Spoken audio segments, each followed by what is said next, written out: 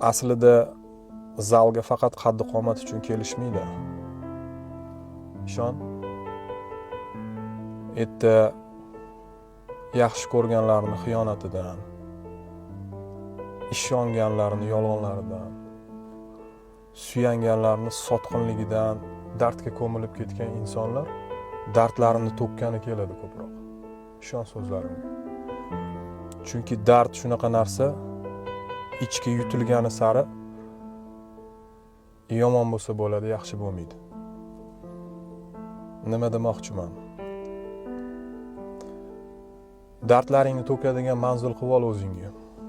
Bo'lmasa holdan toydiradi, juda ham holdan toydirib tashlaydi.